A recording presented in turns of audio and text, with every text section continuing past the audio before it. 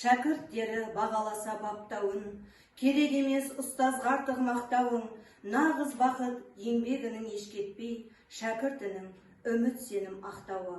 Армысыздар, Алталаштың баласы бас қосқанда, төрдегі орынға лайықты ұстаздар қауымы. Бағы мен бабы келіскен барлық байқау қатысушыларына үлкен сәттілік тілеймін. Мен Ертаева Жазира Пернебек қызы, 26 жылдық еңбек өтілі бар педагог зерттеушімін. Ұстаздық жолындағы жеке ұстанымым балаға тәрбиені ұлттық құндылықтар арқылы сіңіру, ал білімді заманауи әлемдік деңгейде қалыптастыру. Кез келген мұғалімнің білім мен тәрбие берудегі ең өзекті үш мәселесі бұл білім алушылардың біріншіден тәрбие мен тәртібін қалыптастыру. Ұлы Абай айтқандай, атымды адам қойған соң қайтып надан болайын. Екінші, пәнге деген қызығушылығын арттыру. Өзіңе сен, өзіңді алып шығар, еңбегің мен ақылың екі жақтап. Үшіншіден, білім деңгейін жоғарылату. Бұл жолда да Абайға сүйенеміз. Болмасаң да ұқсап бақ, бір ғалымды көрсеңіз. Бұл мәселелерді шешудің, тиімді нәтижеге жетудің нақты жолдары. Біріншіден, барлық оқушыларды бірдей жақсы көріңіз. Оларды ұлттық тәрбиемен тәрбиелеңіз. Екіншіден, пәнге деген қызығушылығын арттыру үшін түрлі цифрлық технологиялар, білім беру ресурстарын, заманауи әдіс тәсілдерді қолданыңыз.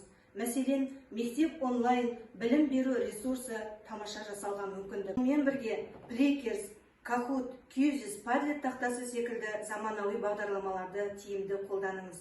Екі пәнде де білім деңгейі жоғары тапсырмаларды, сатылай кешенді талдау әдістерін көбірек қолданыңыз. Тіл мен әдебиеттің әр сабағында нәтижеге жету үшін шығармашылық идеяларыңыз ешкімге ұқсамайтын ерекше болсын. Осы сөздерімнің дәлелі ретінде қазақ әдебиеті пәнінен өтілген ашық сабағымды сіздерге ұсынамын. 6 сыныптың қазақ әдебиеті пәні бойынша Абайдың ғылым таппай мақтанба өлеңі тақырыбындағы сабақта үй тапсырмасын бекіту үшін Плейкерс бағдарламасын қолдандым. Сабақ мақсаты бойынша өлең үзінділерін жатқа оқу үшін көркем сөз эстафетасын ұйымдастырдым. Әр топтың оқушылары жалаушы арқылы бір-бірінен эстафетаны қабылдап отырды. Топтық жұмыстарда сатылай кешенді талдау әдісі арқылы оқушылар тақтамен жұмыс жасады.